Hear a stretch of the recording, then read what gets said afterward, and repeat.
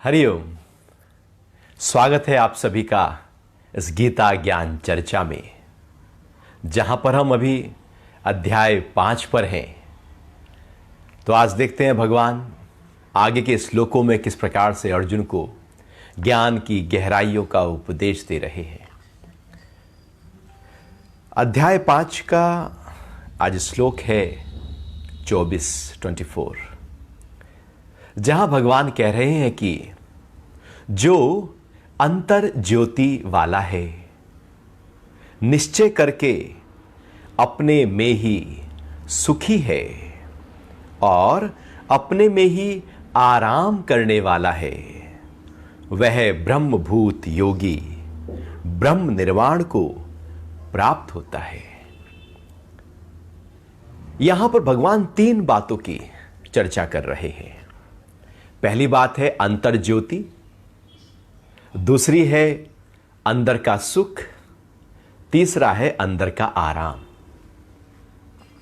यदि हम देखें तो हमारे जीवन में जो तलाश है, जो खोज है, वो इन 3 चीजों की ही तो है। प्रकाश की, ज्योति की, सुख की और आराम की। और भगवान कह रहे हैं जिसने इन तीनों को अपने ही अंतरतम में अनुभव कर लिया है, वह ब्रह्म योगी है, ब्रह्म निर्वाण को प्राप्त हो चुका है। पहली बात को यदि हम थोड़ा समझें, भगवान कह रहे हैं कि अंतर ज्योति, अंदर की ज्योति। यदि हम अपने जीवन को देखें तो हम बाहर की रोशनी, बाहर के प्रकाश में खुशियों को ढूंढते हैं। और जीवन में जब कुछ खुशियां करनी हो, पार्टी हो, त्योहार हो, पर्व हो, तो हम बाहर की ज्योति, बाहर के प्रकाश, बाहर के दीपक जलाते हैं। शादी समारोह में बहुत लाइटिंग होती है। कोई भी एक समारोह करना हो तो उसको हम लाइट से जोड़ देते हैं, प्रकाश से जोड़ देते हैं। दीपावली में हम बाहर बहुत दीपक जलाएंगे, बाहर रोशनी करेंगे। जो भी खुशी हम अनुभव करते हैं उसको बाहर की रोशनी के साथ जोड़ देते हैं, बाहर के प्रकाश के साथ जोड़ देते हैं। इसलिए जो अमीर होते हैं उनके घरों में थोड़ी लाइटिंग ज्यादा होती है, जो गरीब होते हैं उनके यहां लाइटिंग कम होती है। क्योंकि हमने अपने बाहर के मनोरंजन को लाइट से जोड़ दिया है। भगवान कह रहे हैं कि जो बाहर के प्रकाश से हम अटके रहते हैं, उलझे रहते हैं, और वो प्रकाश आता है, चला जाता है। भला कौन सा प्रकाश लगातार ठहरता है? लाइट जली है तो आपने जलाई है, और लाइट को आप बंद कर दो, बंद हो जाएगी। पूर्णिमा की रोशनी भी आपकी हो रही है, लेकिन उसके बाद फिर वो भी चली जाएगी।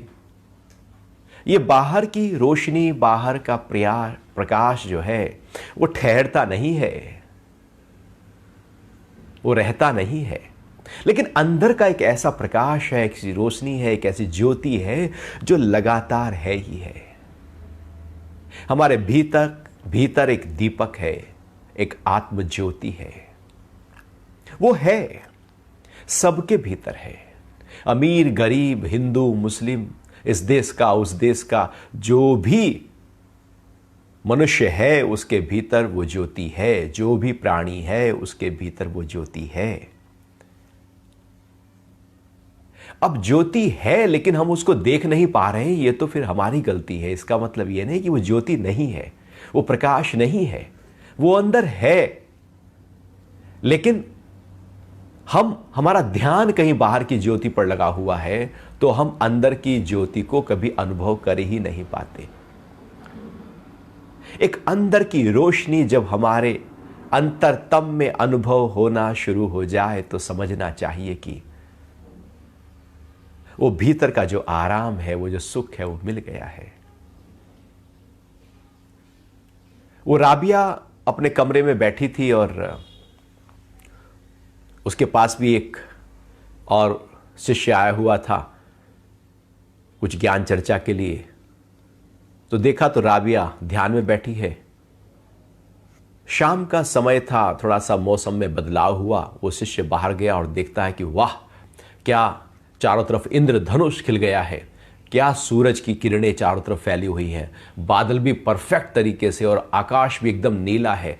ऐसा सुंदर दृश्य जैसे उसने देखा ना हो। कभी कभी ऐसा दृश्य होता है कि बहुत ही अचरज हो जाता है प्रकृति के ऊपर कि वाह क्या बात है। तो ऐसे ही उस दिन घटा। तो दौड़ा दौड़ा अंदर आया और कहा, राबिया तू कहां अंदर बैठी है, बाहर निकल, देख बाहर क्या रोशनी है, क्या प्रकाश है, क्या दिव्यता है, क्या इंद्रधनुष खिले हुए हैं 7 रंगों में। भगवान सूर्य के 7 रंग कैसे प्रकट हो रहे हैं। इतना अच्छा दृश्य कभी हुआ ही नहीं है। तू कहां अंदर झोपड़ी में बैठी है, चल मेरे साथ। तो राबिया कहती है, अरे पगले, ये जो दृश्य तू थोड़ी देर के लिए देख रहा है, इससे न जाने कितने लाख गुना दृश्य मेरे अंतरतम में अब भी चल रहा है। और मैं तो उसी दृश्य में पूरी तरह से भाव विभोर थी। मैं तो उसी दृश्य को लगातार देखती रहती हूं। वो जो प्रकाश, अनंत सूरज के खिल जाने का जो प्रकाश है, वो मेरे भीतर है ही है। और वो प्रकाश शीतलता लिए हुए है। तेरा बाहर का प्रकाश में तो उष्णता है, मेरे भीतर के प्रकाश में तो शीतलता है। जो बाहर का प्रकाश है वो तपाएगा, वो जलाएगा। भीतर का जो प्रकाश है वो शीतलता देगा। इसलिए जो अंतर ज्योति है, जब वो जग जाती है तो व्यक्ति जो साधक है वो लगातार उसी ज्योति का आनंद लेते रहते हैं, उसी दृश्य का आनंद लेते रहते हैं। जिसको भगवान बुद्ध कहते हैं, आप दीप्तो भव। अपने दीपक खुद बनो, अपना दीपक खुद जलाओ। क्योंकि दीपक तुम्हारे भीतर है, यदि तुमने नहीं जलाया तो फिर बुझे बुझे अंधेरे अंधेरे में जीवन जी लोगे। तो रोशनी मेरे भीतर है, हमें उसी रोशनी को लगातार सींचना है। जैसे एक दीपक को हम तैयार करते हैं, उसके बाद एक रुई से गूंदते हैं और एक बाती तैयार करते हैं, फिर तेल लेकर आते हैं, दीपक में तेल डालते हैं, बाती लगाते हैं, प्रकाश करने के लिए माचिस लेकर आते हैं। तो बहुत सारा इंतजामात किया जाता है, उसके बाद एक दीपक जलता है। ऐसे ही भगवान इससे पहले जिन साधनाओं की बात करते आ रहे हैं वो दीपक की तैयारी है। और जब दीपक की तैयारी पूरी तरह से हो जाती है और व्यक्ति अंतर्मुखी होता है तो दीपक जल उठता है और अंतर ज्योति का अनुभव होना प्रारंभ हो जाता है। तो भगवान कह रहे हैं जो अंतर ज्योति वाला है, हमारे अंदर भी वो ज्योति है। ऐसा नहीं कि हमारे भीतर नहीं है, पूरी उतनी ही है। बस थोड़ा सा उसको ध्यान देना है, उसकी तरफ जाना है, आप पाएंगे कि वो ज्योति जल गई है। और दूसरी बात भगवान जो कह रहे हैं, वो कह रहे हैं कि निश्चय करके अपने ही सुख में है। अब यदि हम देखें तो हम बाहर भी सुख में सुखी तो ढूंढते हैं। हम सारे जितने भी प्रपंच करते हैं, जितनी भी कोशिश करते हैं, जितना भी जद्दोजहद करते हैं, जहां जहां उलझते हैं, जहां जहां सिर खपाते हैं, बुद्धि लगाते हैं, समय लगाते हैं, शक्ति लगाते हैं, उम्र गंवा देते हैं, किसके लिए? आखिर पूछा जाए कि उससे होगा क्या, तो अंदर से आवाज आएगी सुख मिलेगा, उसके बाद हम पूरा जीवन सुख से जिएंगे। जीवन की सारी कोशिशें केवल सुख पाने के लिए है, केवल सुख। हम अपने सुख को पाना चाहते हैं और बाहर से पाना चाहते हैं, और उसी सुख के लिए हम बहुत दुख पाते रहते हैं। एक सुख मिलेगा बहुत लंबे समय बाद, लेकिन जब तक वो मिल ना जाए तब तक भले रोज दुख मिलता रहे, हम पल पल मरते रहें, लेकिन चलेगा, वो सुख चाहिए। एक सुख की तलाश जीवन को भारी कर देती है, दुख में ले जाती है। क्योंकि सुख की तलाश ही तो दुख देती है, सुख के साथ दुख है ही है। जिस भी सुख को पाना चाहेंगे आपको दुख के रास्ते से निकलना पड़ेगा, फिर सुख आएगा, लेकिन वो ठहरेगा नहीं। क्योंकि वो आया है इसलिए वो जाएगा। जो चीज आती है वो जाती है, दुख भी आया है, वो जाएगा, सुख के रूप में प्रकट हो जाएगा। जब सुख प्रकट हो जाएगा तो वो भी चला जाएगा, फिर दुख आ जाएगा, फिर हम और कोई तलाश शुरू कर देंगे उस सुख को पाने की। हमारा जीवन सुख की तलाश है। यदि देखा जाए, धन को इकट्ठा करना सुख की तो तलाश है। मेरे पास पद हो जाए, प्रतिष्ठा हो जाए, मेरी कीर्ति चारों तरफ फैल जाए, सुख की तो तलाश है। यदि गहरे में देखा जाए तो उससे होगा क्या? बस मुझे सुख मिलेगा। ये जीवन में जो बाहर का सुख है, ये आने वाला है, जाने वाला है, ठहरेगा नहीं। और हर व्यक्ति सुख चाहता है। ऐसा कोई नहीं है जो कहे मुझे दुख चाहिए। सब कहेंगे, गरीब से गरीब, अमीर से अमीर, किसी भी देश का वासी हो, उम्र कोई भी हो, बच्चा भी हो या बूढ़ा भी हो, केवल सुख की तलाश में है। सबको सुख चाहिए, फिर दुख आ क्यों जाता है? दुख तो चाहा नहीं था। कौन चाहता है दुख? कोई भी नहीं चाहता दुख। तो वो सुख की तलाश ही दुख पैदा करती है। सुख के लिए जो हम कर्म करते हैं और उस कर्म के लिए जो घर्षण पैदा होती है, उस घर्षण से दुख प्रकट होता है। इसलिए हर सुख पाने वाले व्यक्ति के लिए दुख साथ साथ जगा होता है। और भगवान जिस सुख की बात कर रहे हैं वो बाहर का नहीं, वो तो अंदर का है। चूंकि हम भी बाहर के सुख में हैं, तो भगवान उसी भाषा में बात कर रहे हैं जिस भाषा में हम समझ पा रहे हैं। हम बाहर की रोशनी में जाते हैं, भगवान कह रहे हैं अंदर ज्योति। हम बाहर के सुख में जाते हैं, भगवान कह रहे हैं अंतरतम में सुख। और ये बड़ा अनूठी बात है, बाहर का सुख और अंदर का सुख। बाहर का सुख आएगा जाएगा, अंदर के सुख के साथ ऐसा कुछ नहीं है आने जाने वाली चीज। वो तो आ गई तो आ गई, उसमें हम टिक गए तो टिक गए, क्योंकि वो रहने वाला है। जो प्रकृति से जुड़ा है सुख, वो परिवर्तन के साथ आया है। क्योंकि प्रकृति परिवर्तनशील है, तो सुख भी परिवर्तनशील है। जो सुख पुरुष के साथ जुड़ा है, क्योंकि पुरुष में कोई परिवर्तन नहीं, तो वो सुख लगातार रहने वाला है। जब सुख अंदर पा लिया तो बाहर के सुखों की तरफ दौड़ खत्म हो जाती है। क्योंकि महा सुख मैंने अपने ही भीतर पा लिया है। अब बाहर के सुख तो मिले न मिले, हो ना हो, सुख की परिभाषा ही मेरे अंदर से निकल चुकी है। जब सुख ही निकल गया तो दुख मेरा क्या बिगाड़ लेगा? दुख तो उनका बिगाड़ता है जिनके अंदर सुख पड़ा होता है। सुख की तरफ दौड़ ही नहीं तो दुख का प्रकटीकरण हो ही नहीं सकता। यदि जीत चाहिए ही नहीं तो हार सकते ही नहीं। हारने की संभावना तब खड़ी है जब जीतने का भाव खड़ा हो। जब सुख चाहिए तो दुख आने की संभावना खड़ी होती है। भगवान अपने अंतरतम में सुख को अनुभव करो।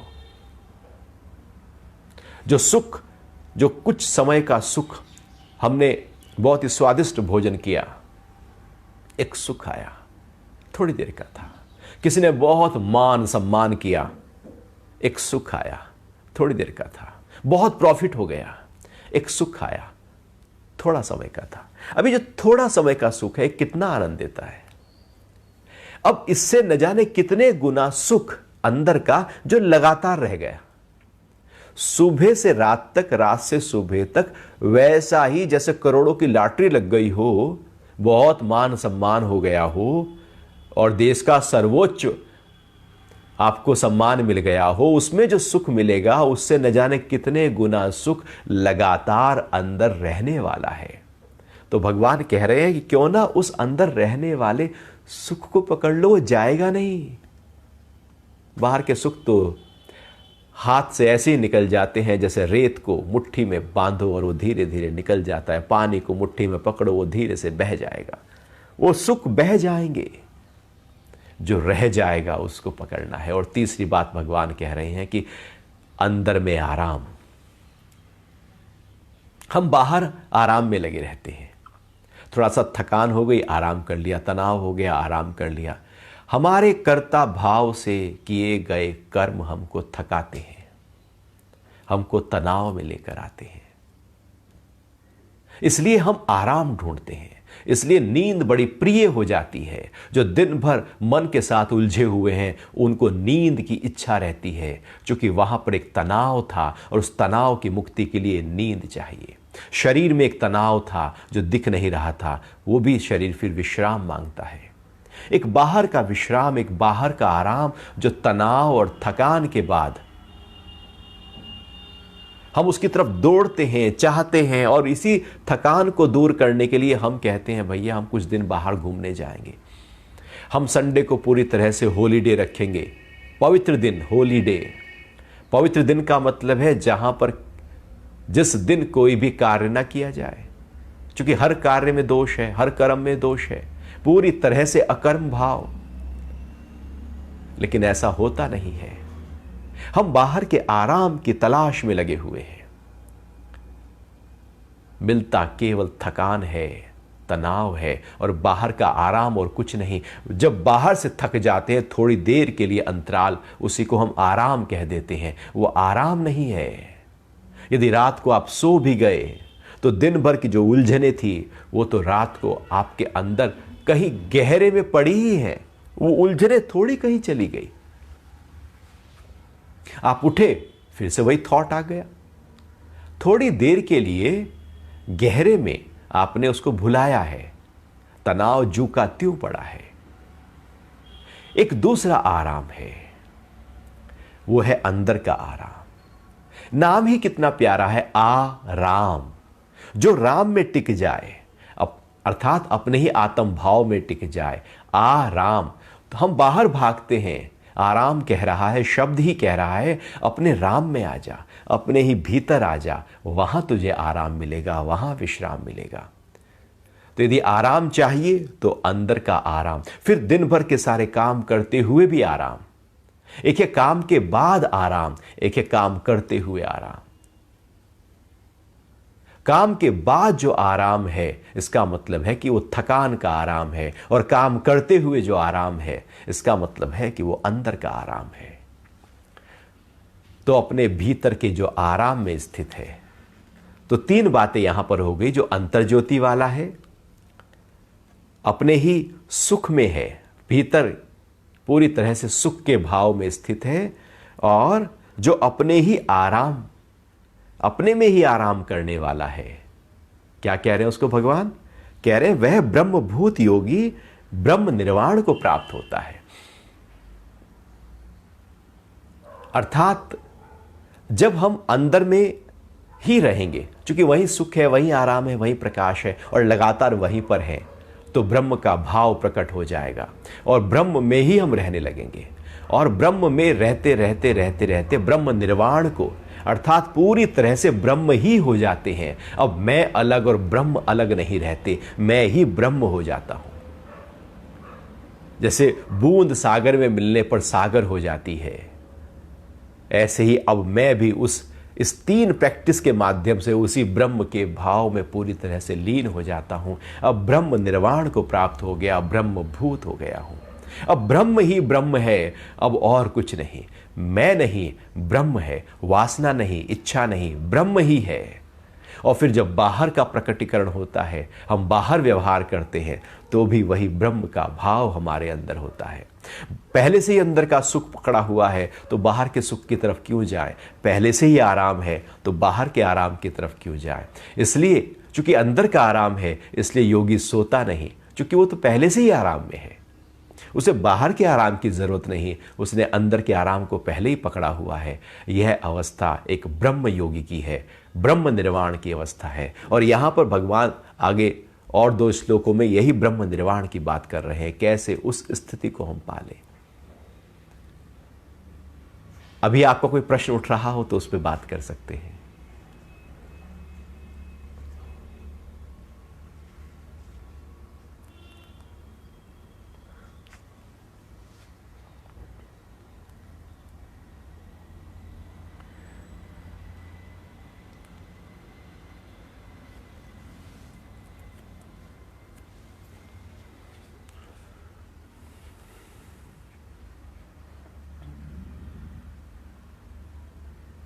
क्योंकि हम अहंकार से चुनते हैं, क्योंकि हम वासना से चुनते हैं, क्योंकि हम इच्छा से चुनते हैं। हमारे सुख की तलाश केवल मेरा सुख है, वह सबके लिए भाव नहीं है। हमारा चयन ही कर्ता भाव के साथ होता है, हमारा चयन ही अज्ञानता के साथ होता है। जो दिखता है सुख, होता है वो दुख। मृग मरीचिका की तरह, मृग भी तो कहता है कि ये पानी है, लेकिन पास जाता है तो लगता है रेती है, ये तो बालू के ऊपर सूरज की किरणें पड़ रही हैं। हमारा सारा चयन जीवन का गलत है, क्योंकि चयन करने की जो प्रक्रिया है वो बुद्धि से, वो संख्यात्मिका बुद्धि से हो रही है। जहां चयन करने की प्रक्रिया है, हमने उसको बहुत शार्पन नहीं किया, उसको विवेक नहीं दिया, उसको ज्ञान नहीं दिया, इसलिए जो हम चुनते हैं वो गलत ही हो जाता है। हमारे सारे बाहर के निर्णय गलत हो जाते हैं। जो आज लगता है कि निर्णय बहुत अच्छा है, कल को वही निर्णय कहीं ना कहीं किसी ना किसी रूप में बांधने वाला हो जाता है, वही दुख देने लगता है। यहां के सारे सुख दुख से भरे हुए हैं। ऐसा कोई सुख नहीं जिसके पीछे दुख की आग न लगी हो, दिखती नहीं। आपको दिख रहा है सुख, लेकिन किसी कोने में वहां दुख छिपा बैठा है।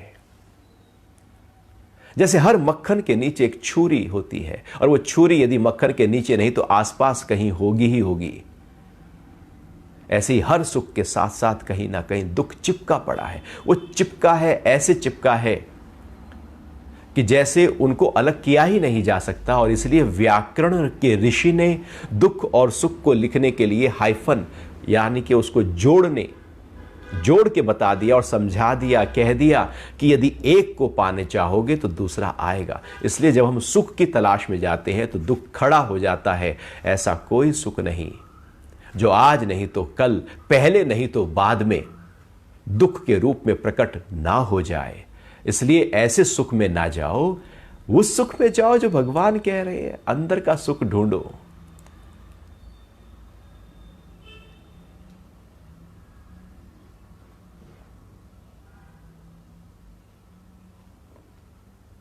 हाँ, ये राहुल जी कह रहे हैं कि यदि सुख दुख को हम ना चुने तो क्या जीवन ऐसे नहीं जी सकते। बहुत अच्छा है राहुल जी, इससे ऊंचा कुछ हो नहीं सकता। ये चयन ही तो उलझा देता है। वो लाभ और हानि का चयन, जय और पराजय का चयन, मान और अपमान का चयन, सुख और दुख का चयन, ये चयन ही तो एक तरफ लेकर जाता है और दूसरे से डराता है। मुझे सुख चाहिए, दुख से डर लगता है, दुख आ जाएगा। मुझे लाभ चाहिए, हानि से डर लगता है, हानि आ जाएगी। जिससे भागोगे वही पीछे पीछे हो लेगी। हम सुख को पाना चाहते हैं, दुख से डरे रहते हैं, इसलिए दुख खड़ा हो जाता है। सुख और दुख की तलाश करो ही क्यों? परमात्मा ने असीम आनंद मेरे भीतर भरा है, क्यों ना लगातार प्रसन्नता के साथ उस आनंद का अनुभव करते रहें। क्यों ना बाहर के सारे कार्यों को पूरे उत्साह, उमंग, उल्लास, स्फूर्ति, पूरी तरह से एक्टिव होकर, कर्मठ होकर, मुस्कुराते हुए करते रहें। जो भी प्रकट होगा वो मेरे लिए आनंद है, वो तो मेरी परिभाषा है, ये सुख है या दुख। जो आपके लिए सुख, दूसरे के लिए दुख। सबके लिए एक जैसा सुख नहीं होता, सबके लिए एक जैसा दुख नहीं होता। सबने अपनी अपनी परिभाषाएं गढ़ ली हैं। जो मेरी परिभाषा पे खरा उतर गया, मेरे हिसाब से जो हो गया, वो मेरा सुख। और मेरे हिसाब से नहीं हुआ, भले पति के हिसाब से हो गया, मेरे हिसाब से नहीं हुआ, पत्नी कहे, तो फिर वो दुख। यहां घर में यदि 5 लोग, तो 5 के सुख और दुख अलग अलग हैं। इसलिए सुख और दुख से ऊपर उठकर जीवन यदि जी लिया जाए, वही तो आनंद है, वही तो अध्यात्म है।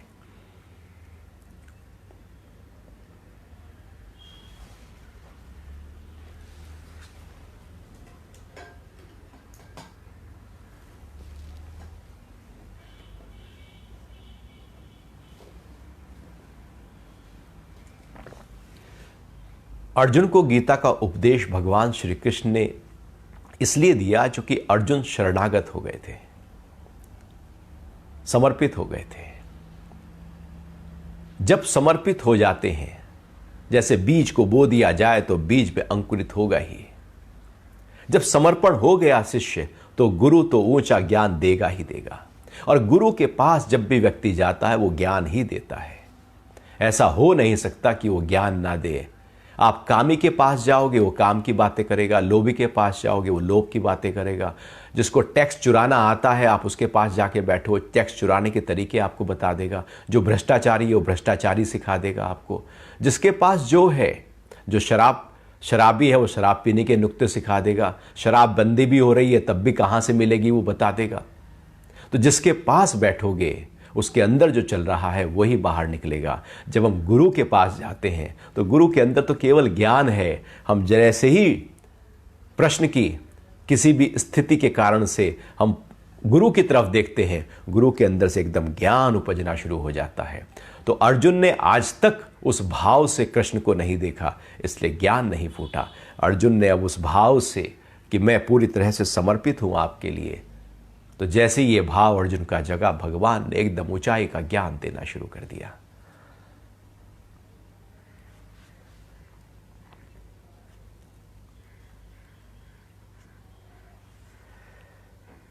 तो आगे भगवान फिर बात कर रहे हैं।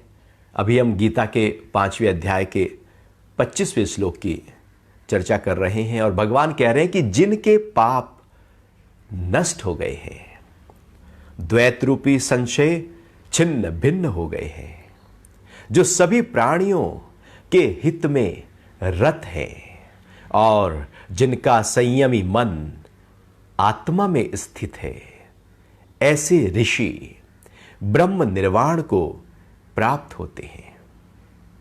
तो जिनके सब पाप नष्ट हो गए हैं और द्वैत रूपी संशय छिन्न भिन्न हो गए हैं। ये पाप होता क्यों है? द्वैत के कारण से पाप जन्मता है, संशय के कारण से पाप जन्म लेता है। पुण्य की तलाश पाप पैदा करती है, वासना इच्छा की पूर्ति में पाप जन्मता है। पाप ही है जब हम दूसरे की तरफ जाते हैं, दूसरे को देखते हैं, अपने को छोड़कर अपने स्व के भाव से हटकर जो भी हम अहंकार से करते हैं वो सब पाप है। जिनसे हमारे कर्म बनने शुरू हो जाएं वो पाप है। चित्त में और कर्मों के संस्कार वासना इकट्ठी हो जाएं पाप है। अर्थात जिनका चित्त पूरी तरह से भरा हुआ है वहां पे कुछ और नहीं, पाप ही तो है। हर पुण्य पाप की तरफ ले जाता है। पुण्य को जब भोगोगे तो वहां भी कुछ ना कुछ पाप कर लेंगे। जब पुण्य करेंगे तो कुछ ना कुछ पाप वहां भी कर लेंगे। जब भोगेंगे पुण्य को तो वहां भी कुछ ना कुछ पाप कर लेंगे। पाप और पुण्य चिपके पड़े हैं।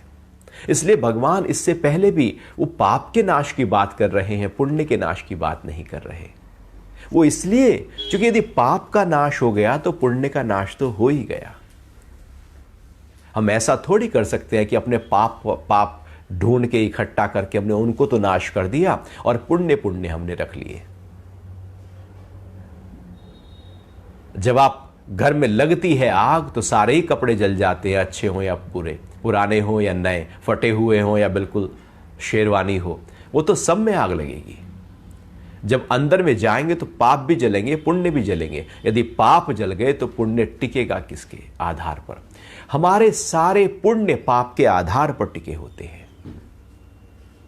हमारे सारे सुख दुख के आधार पर टिके हैं। सारे प्रॉफिट लॉस के आधार पर टिका है। सारा सम्मान अपमान के आधार पर टिका है। नीचे लगातार पुण्य के नीचे पाप है ही है। और यदि नीचे वो पाप को ही हटा दिया जाए तो पुण्य टिकेगा किसके ऊपर? फाउंडेशन तो पाप है उसका। तो भगवान फाउंडेशन की बात कर रहे हैं कि जिनके पाप नष्ट हो गए हैं, अर्थात चित्त की पूरी तरह से जिनकी सफाई हो गई है। अब चित्त में कोई भी संस्कार बाकी नहीं, क्योंकि जैसे भगवान ने पहले विज्ञान योग सांख्य योग की चर्चा की थी और वही करते आ रहे हैं कि टिक जाओ अपने अंतरतम में, जान जाओ अपने आप को। जैसे ही हम अपने आप को जानते हैं वैसे ही चित्त साफ हो जाता है। जानना ही काफी है यहां पर चित्त की सफाई के लिए। हम जीवन को मानने में लगे रहते हैं, मान्यताओं में लगे रहते हैं, जानने में नहीं। जानना अर्थात पूरी तरह से अवेयरनेस, एक होश, एक जागरूकता, एक दृष्टा भाव, पूरी तरह से अपने को जो मैं हूं जैसे ही उसको जान लेते हैं कि मैं शुद्ध बुद्ध चैतन्य आत्म तत्व हूं, मैं ब्रह्म हूं, उसी समय चित्त पूरी तरह से साफ स्फटिक के समान स्वच्छ हो जाता है, पाप नष्ट हो जाते हैं। और पाप नष्ट कैसे हुए? क्योंकि संशय, पहले संशय था तो पाप हो रहे थे, हमारी बुद्धि में संशय हट चुके हैं। नहीं तो हम जीवन संशयों में जी जाते हैं। करूं न करूं, खाऊं न खाऊं, ये निर्णय लूं या वो निर्णय लूं, हम निर्णय ही नहीं ले पाते जीवन में। हम छोटे छोटे निर्णय नहीं ले पाते, बड़े बड़े नहीं ले पाते। कुछ लोग छोटे ले लेते हैं, बड़े नहीं ले पाते। कुछ लोग बहुत बड़े निर्णय ले पाते हैं, छोटे नहीं ले पाते। कहीं ना कहीं संशय खड़ा रहता है। जब जगत में संशय है तो उस जगदीश को पाने में संशय कैसे नहीं होगा? बाहर संशय हटे तो अंदर का निश्चय भाव प्रकट हो। अंदर का निश्चय भाव हमें चाहिए, लेकिन बाहर के संशयों में हम उलझे हुए हैं तो वो हो नहीं सकता। तो संशय पूरी तरह से हलचल की प्रक्रिया है। पूरे व्यक्तित्व को कोई यदि हिला रहा है तो संशय हिला रहे हैं। मेरे अंदर पूरे प्राणों को यदि कोई कपा रहा है तो वो मेरे संशय कपा रहे हैं। मेरे भीतर ऊर्जा को कोई पूरी तरह से अव्यवस्थित कर रहा है, इम्बैलेंस कर रहा है, तो वो मेरे संशय कर रहे हैं। मेरे मन को यदि कोई हिला रहा है तो मेरे संशय हिला रहे हैं। और मेरे शरीर को जल्दी बूढ़ा रोगी कर रहा है तो वो मेरे संशय कर रहे हैं। मेरे रातों की नींद को कोई हिला रहा है तो वो मेरा संशय है। मेरे संबंधों को कोई कमजोर कर रहा है तो वो मेरा संशय है। मेरा संशय जीवन के हर क्षेत्र में तहस नहस कर रहा है। हमें दिखता नहीं, पता नहीं लगता। आप डॉक्टर से दवाई ले आओ, को खाऊं नहीं खाऊं, तो बस जहां संशय शुरू हुआ वहीं पर आपकी पूरी का पूरा व्यक्तित्व हिलना शुरू हो गया। संशयों में जीवन जीना कोई जीना नहीं है। निश्चय का जीवन कुछ और होता है। और भगवान कह रहे हैं जिनके संशय, द्वैत रूपी संशय नष्ट हो गए हैं, छिन्न भिन्न हो गए हैं, एकदम क्लियर पिक्चर, क्लैरिटी आ गई है, जो सभी प्राणियों के हित में रत है। अभी तो भैया हम देखते हैं मेरा भला होना चाहिए, दुनिया जाए भाड़ में। दुनिया से मुझे क्या लेना देना, सब प्राणी से मुझे क्या लेना देना। मेरे घर के प्राणी ठीक रहने चाहिए, मेरे घर के कुत्ते को खाना मिलना चाहिए, बाकी से मुझे कोई लेना देना नहीं। वो वसुधैव कुटुंबकम का भाव हमारे अंदर प्रकट होना चाहिए। हम कह तो देते हैं कि सारा संसार मेरा घर है, लेकिन जब भाव की बात आती है, कुछ करने की बात आती है, किसी के हित की बात आती है, तो वहां पर पहले हम अपना ही हित ढूंढने लगते हैं। मेरा भला होना चाहिए, ये मैं ही तो हिलाती है। ये मेरी मैं ऐसी है कि जो मुझे रुलाती है, थकाती है, परेशान करती है। हमें दिखता नहीं, लगता ऐसा है कि मेरा अपना हित हो तो आराम आए, सुख आए और प्रकाश हो, लेकिन ऐसा नहीं होता। सब प्राणियों के हित में जो रत है वो सुख में है, वो आराम में है, उसके अंतरतम में ज्योति जगेगी, क्योंकि सब प्राणियों में उसने अपना रूप देख लिया है। वो परमात्मा सब प्राणियों में पसर गया है। उसने जब ऐसा जान लिया तो सभी के हित में रत हो गया। यदि मैं केवल अपने हित में रत, मेरा अपना भला चाहिए, तो इसका मतलब यह हुआ कि मैंने सब में उस परमात्मा को अनुभव नहीं किया। वो परमात्मा सब जगह है तो द्वैत हो गया। मेरा अहंकार मुझे रुलाता है, दिखता नहीं, लगता है कि अहंकार रौनक देता है। ऐसे ही तो जैसे बहुत बड़ा लोन लेकर आप कार तो खरीद लाओ बड़ी, तो लगेगा वाह क्या बड़ी कार है, लेकिन जब ईएमआई देने जाओगे तो वो रोना आ जाता है। यदि पैसा ही नहीं है तो आप उलझ जाओगे। एक समय तो लगता है कि बहुत अच्छा है, लेकिन दूसरे बाद में जब देखते हैं तो लगता है कि कुछ है ही नहीं इसमें, तो ये तो और ज्यादा दुख प्रकट हो गया। ऐसे ही अहंकार में लगता है कि रौनक आ गई, लेकिन वो रौनक फिर रौनक रहती नहीं है, वो थकान देती है। भगवान कह रहे हैं सब प्राणियों के हित में जो रत है, लगातार वो केवल अपने अंतरतम में भी उसने ब्रह्म को देखा है और सब में उसी को देखा है। जैसे हमारा ये शरीर है, जब आप नहाते हैं तो हाथ को भी साफ करते हैं, मुंह को भी साफ करते हैं, बालों को भी साफ करते हैं, पैर को भी साफ करते हैं, पैर के तलवे को भी साफ करते हैं। और यदि बारीकी से नहा रहे हैं तो एक एक अंगुली को भी साफ कर लेते हैं खोल खोल कर, कि पूरी तरह से, चूंकि मेरा ही तो शरीर है। तो जब मेरा ही है तो शरीर का हर अंग क्यों ना साफ हो जाए। तो अपने शरीर के हर अंग को साफ करते हैं, अर्थात शरीर के हर अंग के प्रति उसके हित में रत रहते हैं। ऐसे ही हर प्राणी जब मेरा ही शरीर बन जाए, मेरा ही रूप बन जाए, तो सबके हित में मैं रत रहूंगा। सब जीवधारी प्राणी, पूरी प्रकृति, एक एक पेड़, पशु पक्षी, सबके हित में मैं रत हूं। और फिर भगवान कह रहे हैं, और जिनका संयमी मन आत्मा में स्थित है। संयमी मन, संयमी मन का मतलब है कि जिस मन में बहती हुई ऊर्जा पूरी तरह से व्यवस्थित तरीके से बह रही है, संतुलित तरीके से बह रही है, मध्यम मार्ग में बह रही है, अंतर्मुखी होकर बह रही है, जिसके मन में इच्छा नहीं, वासना नहीं। असंयम का मतलब है इच्छा वासना से भरा हुआ मन। संयमी मन का मतलब है पूरी तरह से विवेक से भरा हुआ मन, निश्चय से भरा हुआ मन, आत्मज्ञान से भरा हुआ मन। मन मेरे कंट्रोल में है, मन मेरे वश में है, अर्थात मैं मन के साक्षी हूं। जब मन के मैं साक्षी हो जाता हूं तो मेरा मन संयम में हो जाता है।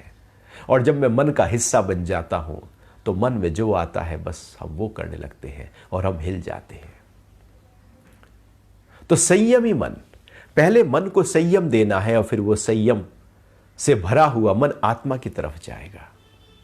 असंयमित मन, उलझा हुआ मन, परेशान मन, हताश मन, निराश मन, थका हुआ मन, तनाव वाला मन, दुखी मन, डिप्रेस मन, ये कोई आत्मा की तरफ थोड़ी जा सकता है।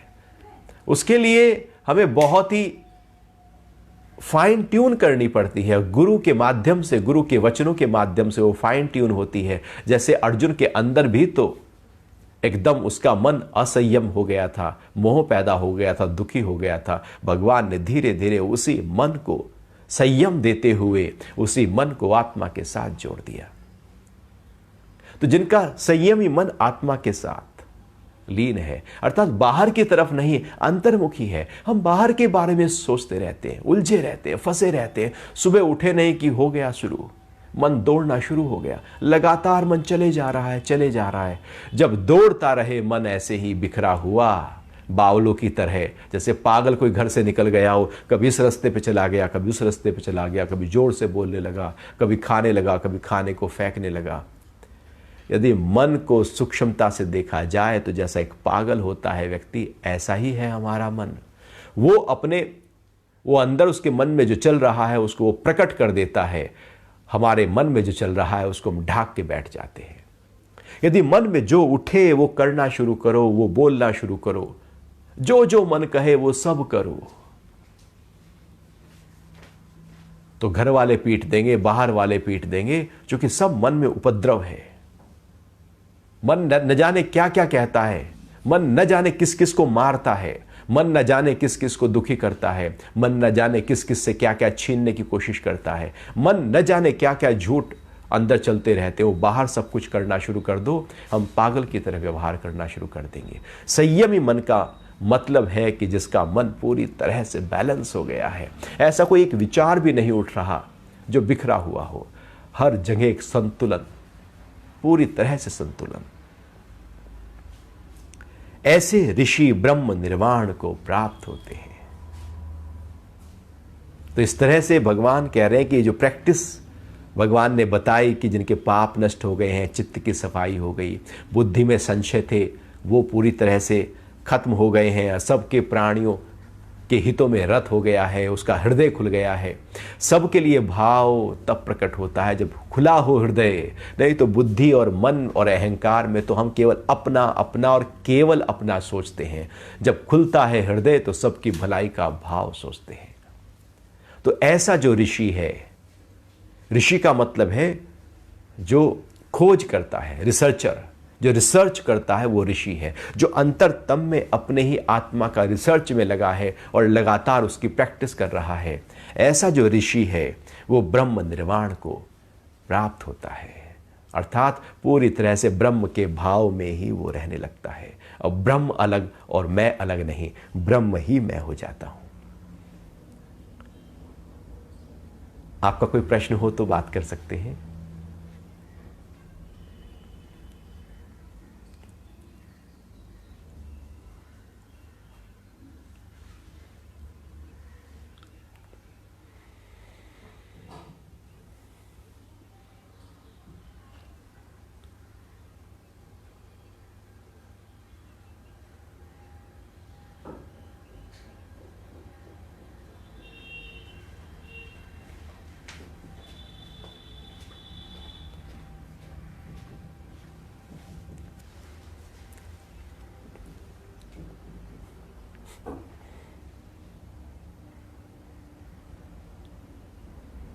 भगवान ने माया क्यों बनाई, हम उलझ जाते हैं। क्या ये गीता का ज्ञान पारिवारिक लोगों के लिए है या नहीं? अच्छा, अर्जुन पारिवारिक थे या नहीं थे? पत्नी थी, बच्चे थे। अच्छा, जो ज्ञान दे रहे हैं उनका परिवार था या नहीं था? तो जो देने वाले का भी परिवार है और लेने वाले का भी परिवार है, तो गीता पारिवारिक हो गई या नहीं हो गई? जब देने वाला भी परिवार के साथ जीवन व्यतीत कर रहा है और लेने वाला भी परिवार के साथ जीवन व्यतीत कर रहा है, तो गीता का ज्ञान परिवार के लिए ही है। जो परिवार में है, जो नित्य कर्म कर रहे हैं, रोज का काम कर रहे हैं, ऑफिस जा रहे हैं, दुकान पे हैं, कुछ भी कर रहे हैं, परिवार संभाल रहे हैं, समाज की व्यवस्था संभाल रहे हैं, देश संभाल, जिस भी स्तर पर आप कार्य कर रहे हैं, लेकिन गीता का ज्ञान यदि आपके साथ हो तो उस कार्य में परफेक्शन आ जाएगी। भगवान ने मोह माया थोड़ी बनाई है, वो तो हमारी इच्छा और वासना एक बहुत ही शुद्ध चीज को अशुद्ध कर देती है वो शुद्ध, लेकिन मेरा दृष्टि ऐसी है, जो अशुद्धता है, जो अपवित्रता है, वो उसको शुद्ध सुंदरतम कृति को हम ऐसे नाश करने लगते हैं, क्योंकि हमारे अंदर वासना खड़ी हो जाती है। एक सुंदर स्त्री को व्यक्ति वासना के आधार पर जब देखता है तो परमात्मा की कृति को वो उसमें वासना अंदर प्रकट हो गई। तो भगवान ने नहीं बनाई, वो तो हमने बनाई है, क्योंकि व्यक्ति कर्म करने में स्वतंत्र है। लेकिन हम अपने आप को पवित्र तो रख सकते हैं, शुद्ध तो रख सकते हैं। आप सारे कर्म कर सकते हैं, आप धन कमा सकते हैं, आप धन कमाएं, खूब कमाएं। गीता में कहां लिखा है कि धन ना कमाओ? गीता में बार बार दान देने की बात यदि हो रही है, तो दान देने का मतलब क्या है? धन हो तो दान दोगे ना। तो खूब कमाओ, कमाने की कोई मनाही नहीं है, लेकिन ऐसे कमाओ कि कमाते हुए भी फलक हो, उत्साह हो, उमंग हो, उल्लास हो। ऐसा नहीं कि फल मिलेगा, धन मिलेगा तो खुशी आएगी। आप हर कर्म को कर्मठता के साथ लेकर चलो। जब आपकी बुद्धि पूरी तरह से खुली होगी अपने कार्य क्षेत्र में, तो धन तो आप कमाएंगे ही कमाएंगे। बुद्धि पूरी तरह से खुली है, हृदय खुला है, तो संबंध दूर कैसे हो सकते हैं? अहंकार के कारण से जब संबंधों में हम जाते हैं तो संबंध विच्छेद होते हैं। गीता तो संबंध को मजबूत करने का तरीका सिखाती है। गीता तो देश को कैसे चलाया जाए, कर्म को कैसे किया जाए, अर्थात ऐसा कोई क्षेत्र नहीं है जहां पर गीता हमें सीख ना दे रही हो। ये हम परिवार में गृहस्थियों के लिए ही तो गीता है। ऐसे है कि ये इंद्री मिली कैसे चलाएं, मन मिला कैसे चलाएं, बुद्धि मिली कैसे चलाएं, शरीर मिला कैसे चलाएं, क्या खाएं, क्या करें, कहां जाएं। ऐसा जीवन का कोई भी रहस्य नहीं है जहां पर गीता सही प्रकार से हमें डायरेक्शन ना दे रही हो। तो जी जाने के लिए गीता है, सही प्रकार से जी जाने के लिए। और जब गीता का ज्ञान हमारे जीवन में प्रकट होता है तो आप निश्चित मानिएगा आपके घर के संबंध और मजबूत होंगे। ये संबंध विच्छेद और तलाक की स्थिति अहंकार के कारण से पैदा होती है। एक फिजिकल डाइवोर्स हम ले लेते हैं, एक मेंटल डाइवोर्स होता है, वो बाहर से नहीं लेते लेकिन अंदर से हो चुका होता है, क्योंकि हम अहंकार के कारण से संबंधों में जाते हैं।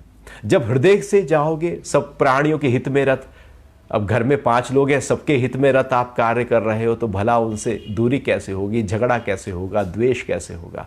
भगवान तो संबंधों को मजबूती देने की बात कर रहे हैं। और कर्म कैसे करें? दिन भर हम जो कर्म करते हैं ऑफिस में भी, कर्म को सिखाने की बात कर रहे हैं। ऐसे करो, देखो कर्म कितना एकदम अपने रौनक के साथ में प्रकट हो जाएंगे। तो बेस्ट तरीका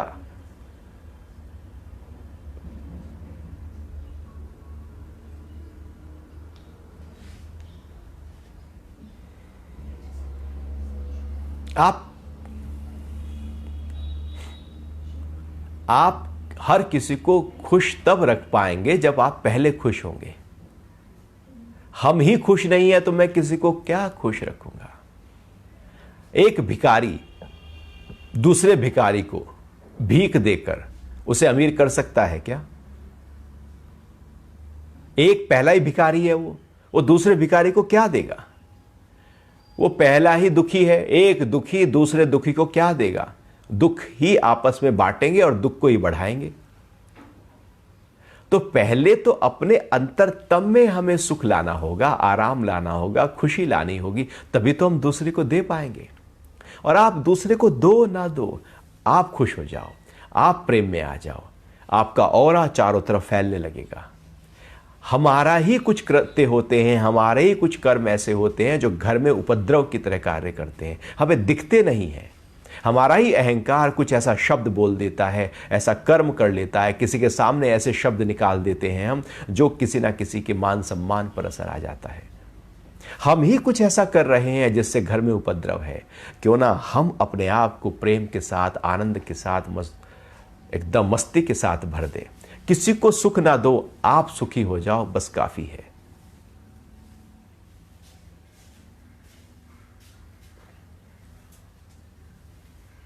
हम दूसरों की कमियों को देखते हैं, दूसरों की गलतियों को देखते हैं, दूसरों के शब्दों को देखते हैं, केवल दूसरा देखते हैं। हम तो बिल्कुल ठीक हैं, हम तो दूध के धुले हैं, हमारे जैसा अच्छा हुआ ना होगा, हम तो अपने आप को ऐसे ही समझते हैं। अपनी कमियों को हम बिल्कुल नहीं देखते, हम केवल दूसरे की ये कमी, दूसरे का ये शब्द, ऐसा क्यों किया। जब आप केवल दूसरा देख रहे हैं तो इसका मतलब है कि दूसरा हमें देख रहा है, हम उसकी कमी देख रहे हैं, वो हमारी कमी देख रहा है। तो जब हमें उसकी कमी दिखती है तो उसे हमारी कमी दिखती है, तो लड़ाई तो होगी। क्यों ना हम ही अपनी कमियों को दूर करने में लग जाए। हम दूसरों की कमियों को दूर करने में लगे रहते हैं कि दूसरा बदले, हम ठीक हैं। यदि हम बदल जाएं, हमारा व्यवहार बदल जाए, हमारी बोलचाल बदल जाए, हमारी मन की स्थिति बदल जाए और हमारे अंदर सौहार्दपूर्ण वातावरण आ जाए, हम ही प्रेम से भर जाएं, तो दूसरा क्यों बेकार में हमें गलत शब्द बोलेगा। उसको कोई पागल कुत्ते ने काटा है, वो तो हमारे ही अंदर कुछ कमियां हैं, उसकी हलचल के कारण से वो कुछ बोलता है। ऐसे राह चलते हुए कोई कुछ थोड़ी बोलता है। हम ही हैं कुछ जड़, और हम अपनी गलतियों को देख नहीं पाते, इसलिए परिवार में कलह होती है। एक ने कही दूजे ने मानी, नानक कहे दोनों ज्ञानी। हम दूसरे की सुनते कहाँ हैं, हम तो अपना ही बोले चले जाते हैं। क्योंकि हमने कहा कि जो मेरे अंदर आया वही ठीक है, हम तो अपनी ही बात को सत्य करते चले जाते हैं। तो दूसरे को तो हमने नीचे कर दिया, उसके अहंकार को तो नीचे ले गए हम। वही अहंकार फिर उठकर हमें डस लेगा, और यही घर में कलह का कारण है। प्रेम तो करो, पहले अपने अंदर प्रेम से तो भर जाओ, अपने स्वार्थ से तो उठो। हम ही तो अपने कामों को दूसरों के माध्यम से, इच्छाओं को दूसरों के माध्यम से पूरा कर लेना चाहते हैं, और वो कोई रुकावट पैदा करता है तो द्वेष हो जाता है। झगड़ों के कारण तो कोई हमारी इच्छा ही तो है।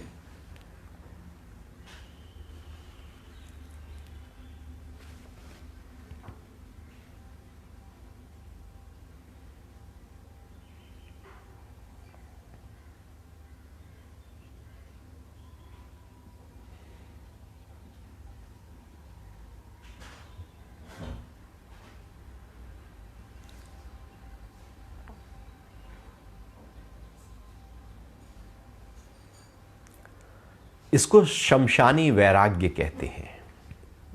शमशानी वैराग्य का मतलब है जब हम शमशान घाट जाते हैं और देखते हैं कि एक व्यक्ति पूरी तरह से, जो आज तक ऐसे जी रहा था, वो आज चिताओं पे पड़ा हुआ है और जल रहा है, तो मन में एक भाव प्रकट होता है कि सबका अंतिम तो यहीं पर है।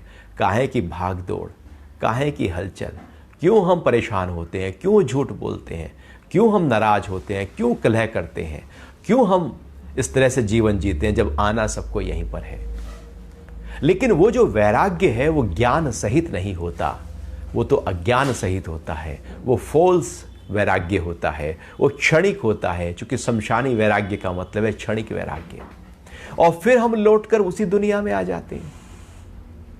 हम भी तो लौटकर उसी फिर प्रपंच में फंस जाते हैं। हम कौन सा उस भाव में बने रहते हैं।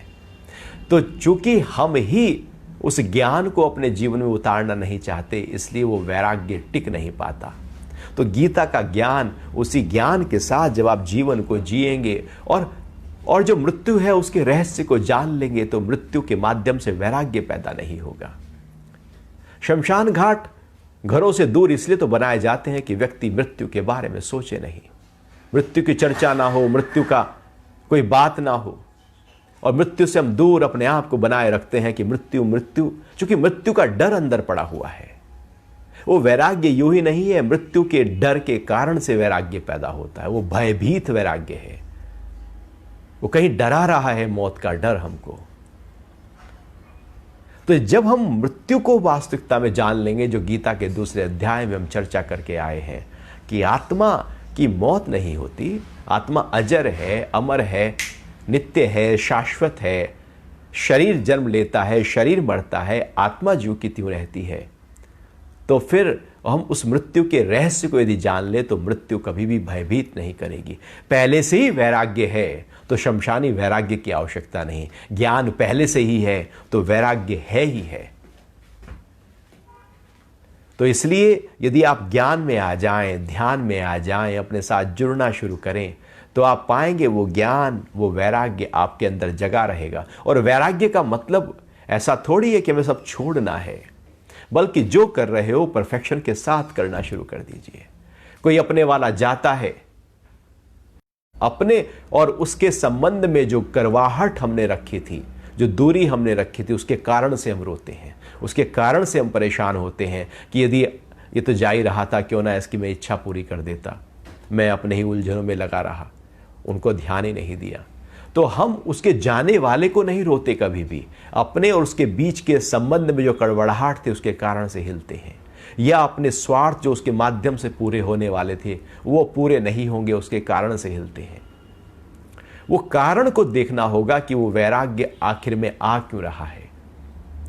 वो वैराग्य इसलिए आ रहा है चूंकि हमने सही प्रकार से जीवन को समझा ही नहीं है, और वैराग्य इसलिए आ रहा है चूंकि हम भी आपाधापी में लगे हुए हैं, हम भी उलझनों में लगे हुए हैं।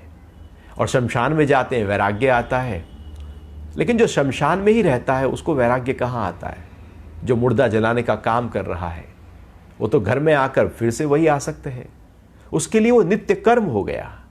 और यदि हम भी शमशान के पास एक दुकान खोलकर बैठ जाएं तो वो हमारे लिए नित्य कर्म हो जाएगा। वो शमशान, जलती हुई चिता हमको कोई परेशान नहीं करेगी, क्योंकि वो कभी कभी हम देखते हैं मृत्यु को, इसलिए हिल जाते हैं। लेकिन हमारे अंतरतम में तो हर पल मृत्यु हो रही है, हर सेल मर रहा है, नया जन्म ले रहा है। जन्म और मृत्यु लगातार शरीर के स्तर पर तो हो ही रही है। एक पुराना विचार जा रहा है, नया आ रहा है, पुराने ख्याल जा रहे हैं, नए आ रहे हैं, पुराने निर्णय जा रहे हैं, नए आ रहे हैं। सब कुछ लगातार परिवर्तन यहाँ पर तो हो ही रहा है, लेकिन हमारे यहाँ का परिवर्तन बहुत ही सूक्ष्म स्तर का होता है जो दिखता नहीं, और पूरे शरीर की मृत्यु एकदम स्थूल स्तर पर होती है जो एकदम दिख जाती है। तो यदि मौत का ऐसे मातम बनाना है और वैराग्य लेना है तो अंतरतम में लगातार कुछ ना कुछ खत्म हो ही रहा है, वहां से वैराग्य लो। वैराग्य हो ज्ञान के साथ। ज्ञान जब जगेगा तो वैराग्य लेने की जरूरत नहीं, वैराग्य है ही है। हम वैराग्य लेने पे चले जाते हैं, हम कुछ छोड़ने पे चले जाते हैं। फिर हम सोचते हैं दुकान छोड़ो, काम छोड़ो, बेकार में काहे करना है जब जाना वही है। तो अब हम कुछ छोड़ देते हैं, वो छोड़ना और ज्यादा खतरनाक हो जाता है। छोड़ना नहीं है, ज्ञान आएगा तो अपने आप छूट जाएगा। हम जब छोड़कर भागने लगते हैं तो जो छोड़ा है उसको और कस के पकड़ लेते हैं। जब आप घर से दूर जा रहे होते हैं तो घर को कस के पकड़ लेते हैं। जब आप घर में रह रहे होते हैं तो घर का तो कोई ख्याल नहीं होता, घर को थोड़ी पकड़े हुए हैं। घर से निकल जाओ, कहीं दूर चले जाओ, वहां पर जॉब करने लगो, देखो घर का ख्याल हमारा प्रबल हो जाएगा और घर की याद आने लगेगी।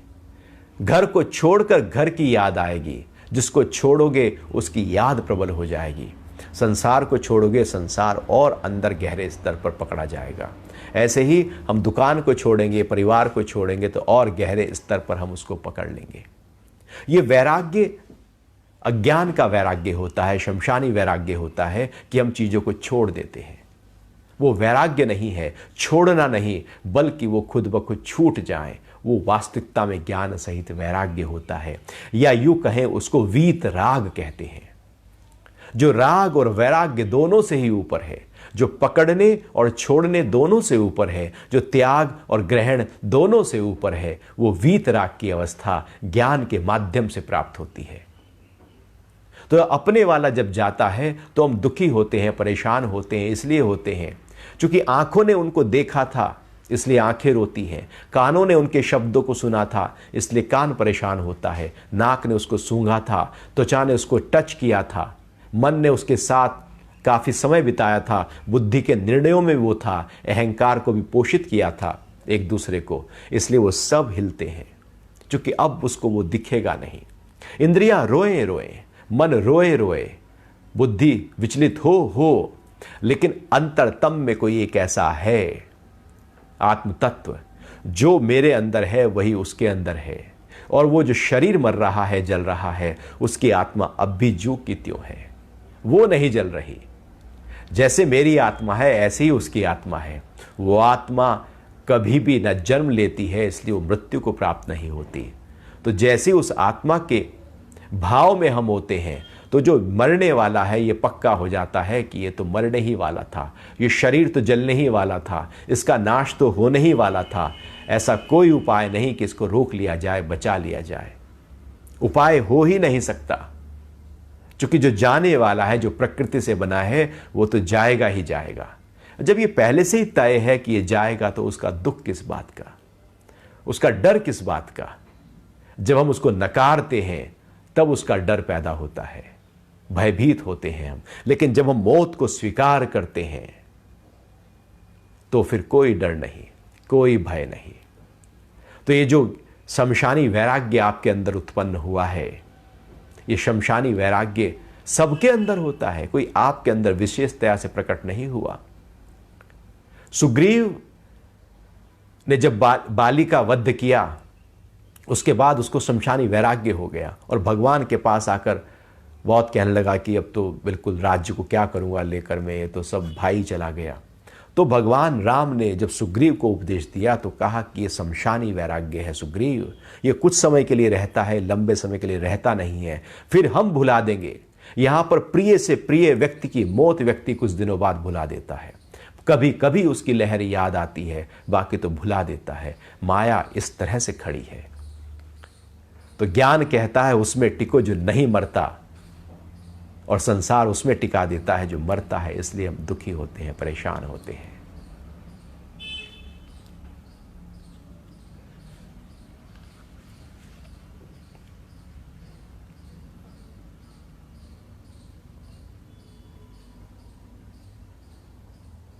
बिल्कुल सुख की कामना करना छल जैसा ही है, क्योंकि सुख पहले से पक्का करो कि सुख अपने आप में अकेला नहीं है। सुख के साथ दुख आएगा, कॉम्बो पैक है। एक खरीदोगे दूसरा मिलेगा, आएगा ही आएगा। वहां पर तो आप मना भी कर सकते हो, दुकानदार रख लेगा, लेकिन यहां सुख के साथ दुख चिपक गया है, पूरी तरह से चिपक गया है, उसको अलग किया नहीं जा सकता। जैसे पानी में नमक डाल दो तो नमक को अलग किया नहीं जा सकता, वो इसका हिस्सा हो गया है। पानी दिख रहा है लेकिन उसमें पड़ा हुआ नमक नहीं दिखता। सुख दिख रहा है लेकिन उसके अंदर जो दुख है वो दिखता नहीं है, और हम सुख को एकदम उसके प्रति दौड़ने लगते हैं, भागने लगते हैं, लेकिन जो उसके अंदर जो दुख है, आप देखना जीवन में ऐसा कोई सुख नहीं जो दुख का कारण ना बना हो। जो व्यक्ति सुख का कारण बना है वही दुख का कारण बना है। जो धन सुख का कारण बना है वही धन दुख का कारण बना है। जो पद सुख का कारण बना है वही पद जाने पर वही दुख का कारण बन जाएगा। किसी व्यक्ति के पास कोई पद हो, उससे बहुत सुख है, और पद चला जाए तो दुख आ गया। धन जो भी सुख के कारण है वही दुख के कारण है। इसलिए सुख और दुख आपस में जुड़े पड़े हैं। सुख के पीछे नहीं भागना। इसका मतलब है कि हम अनजाने में दुख के पीछे भाग रहे हैं, हमारी तलाश दुख की है। इसलिए सुख और दुख, जो बाहर के सुख दुख है, उससे ऊपर उठकर भगवान कह रहे हैं अंदर सुख है तुम्हारे, तुम बाहर के सुख की तरफ क्यों जाते हो? अंदर का सुख पकड़ो और बाहर कर्मों में कर्मठ हो जाओ। बाहर सुख की तरफ ना दौड़ो, अंदर का सुख पकड़कर जीवन को जियो, तो जीवन कुछ और होगा।